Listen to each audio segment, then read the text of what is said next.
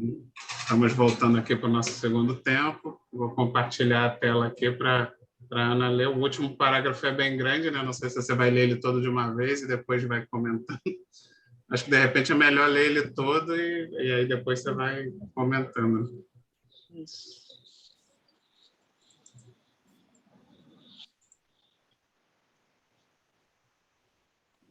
Cristo ouve as solicitações e espera a oportunidade de dar-lhes a conhecer o tesouro imperecível. Ouve em silêncio, porque a erva tenra pede tempo destinado ao processo evolutivo e espera, confiante, porquanto não prescinde da colaboração dos discípulos resolutos e sinceros para a extensão do divino apostolado. No momento adequado, surgem esses, ao seu influxo sublime, e a paisagem dos templos se modifica. Não são apenas crentes que comparecem para a rogativa, são trabalhadores decididos que chegam para o trabalho. Cheios de coragem, dispostos a morrer para que outros alcancem a vida. Exemplificam a renúncia e o desinteresse.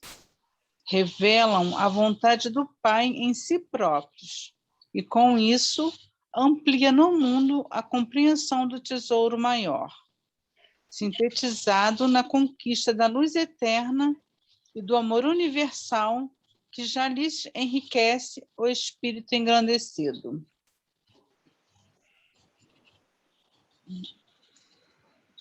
Como irmão mais velho, professor e exemplo maior, Cristo aguarda com paciência a oportunidade de nos mostrar o valor do tesouro imperecível, aquele que nada vai transformar, porque vem do amor de Deus.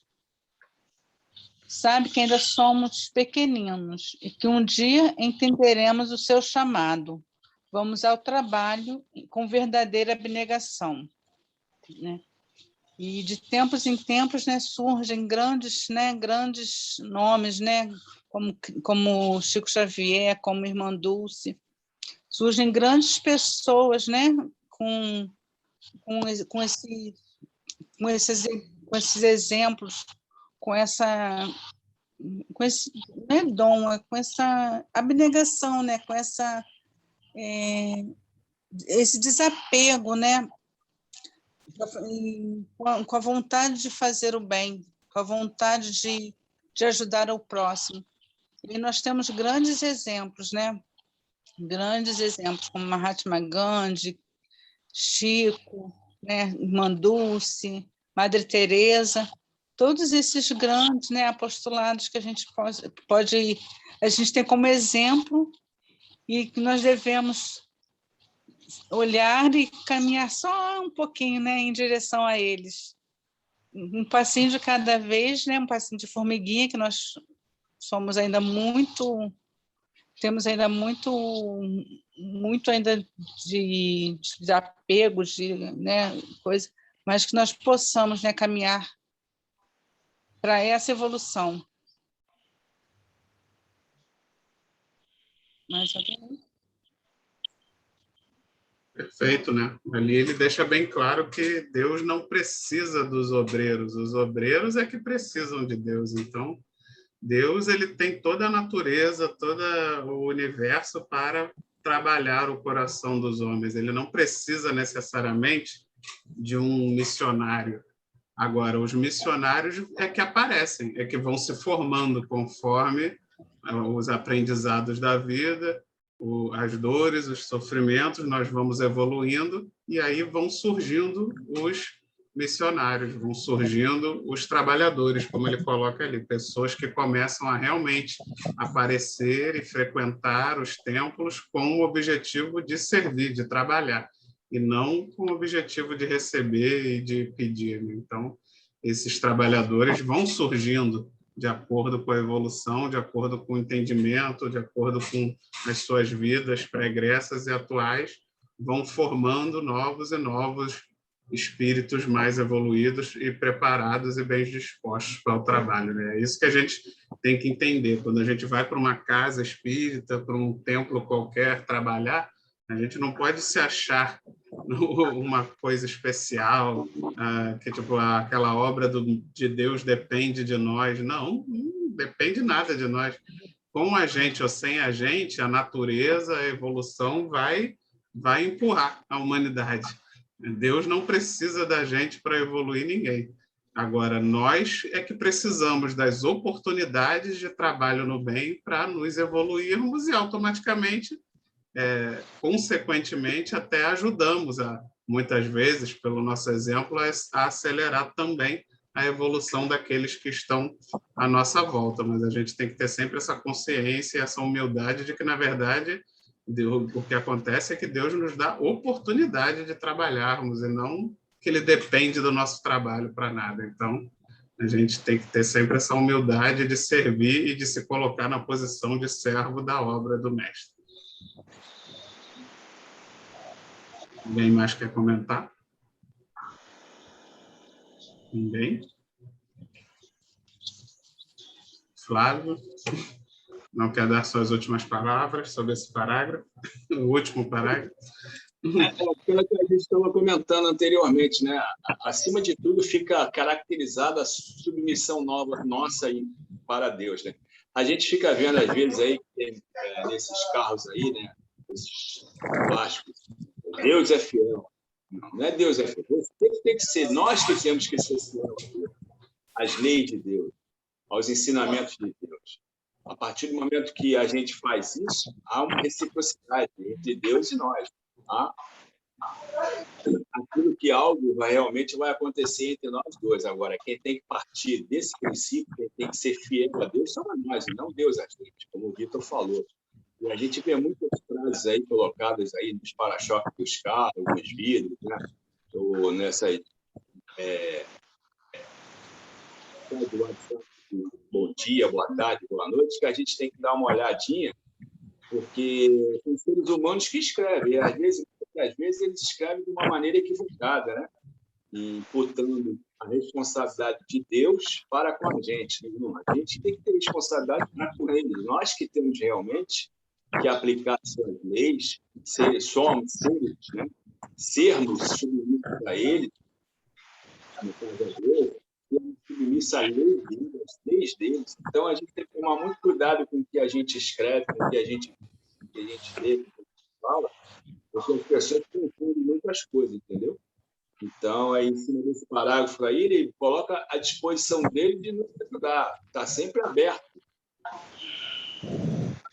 Condições de ajuda. Agora, como que a gente vai chegar nele? Como somos muito orgulhosos, egoístas, né?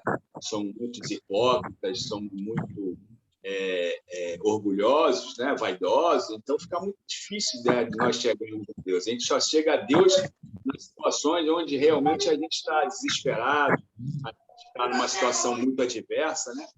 Mas, e depois que essa adversidade ou essa complicação, essa situação passa?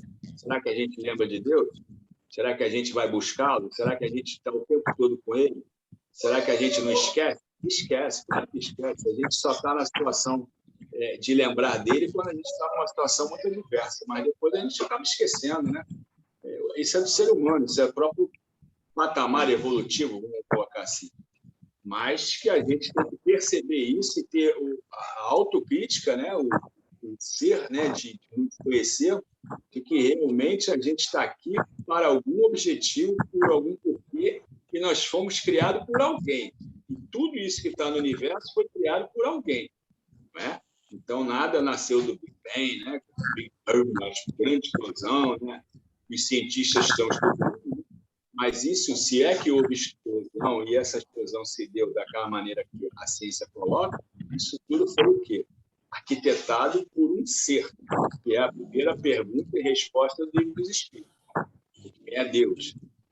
Então, a gente tem que ver lá o que tem que ser colocado para que a gente não venha realmente falsear nesses propósitos e muito menos nesse tipo de entendimento.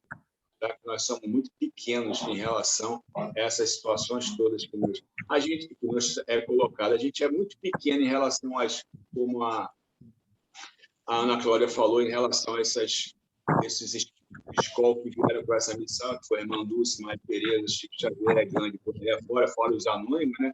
Imagina perante a Jesus, que a gente não tem nem ideia, né? Da condição de que é Jesus, quem é Jesus, ele está muito longe ainda de conhecer Jesus. Né? E falar a Deus, então, esquece isso, pula essa parte, acho que nem agora, pula essa amarelinha aí, vamos ficar pulando lá na amarelinha até chegar um dia a esse condição de conhecer Deus. O Helder fala muito no grupo de estudo, às vezes ele até é um pouco repetitivo quando ele diz do Emmanuel, que quando ele estuda o Evangelho, ele se sente um crocodilo. Bom, foi o Helder que falou, que ele liu lá nos livros e tudo. Então, imagina se isso aí é Emmanuel. Se sente um crocodilo quando vai estudar o Evangelho nas esferas superiores. Imagina o Flávio, né? O que vai sentir? Acho que nem crocodilo, está debaixo da terra ainda. Entendeu? Está dentro de um poço aí que não tem nem medição do poço tão profundo que é. Se Emmanuel se sente crocodilo quando vai estudar o Evangelho nas esferas superiores, imagina, vou tirar por mim, né? Imagina o Flávio. Então, a gente tem que tomar muito cuidado com isso.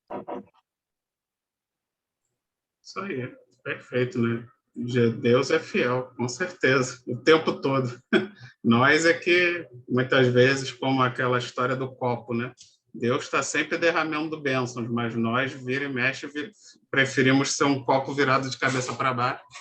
Então, tudo derrama pelos lados, né? E a gente não absorve nada, mas pela nossa vontade de se colocar numa posição contrária.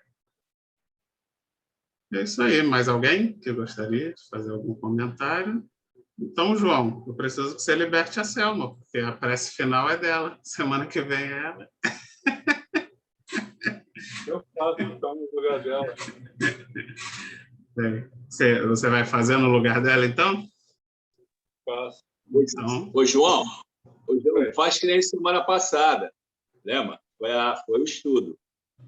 Missão dada, missão cumprida. Isso. Então, vamos lá. Então, vamos lá. Vamos fechar os nossos olhos, elevar nosso pensamento a Deus, nosso Pai, e agradecer pelos ensinos que Jesus nos trouxe, por esse nosso irmão que veio até nós, nos dar um caminho, uma luz, um ensino para que nós pudéssemos tentar evoluir e sermos bons aqui e do outro lado do plano espiritual.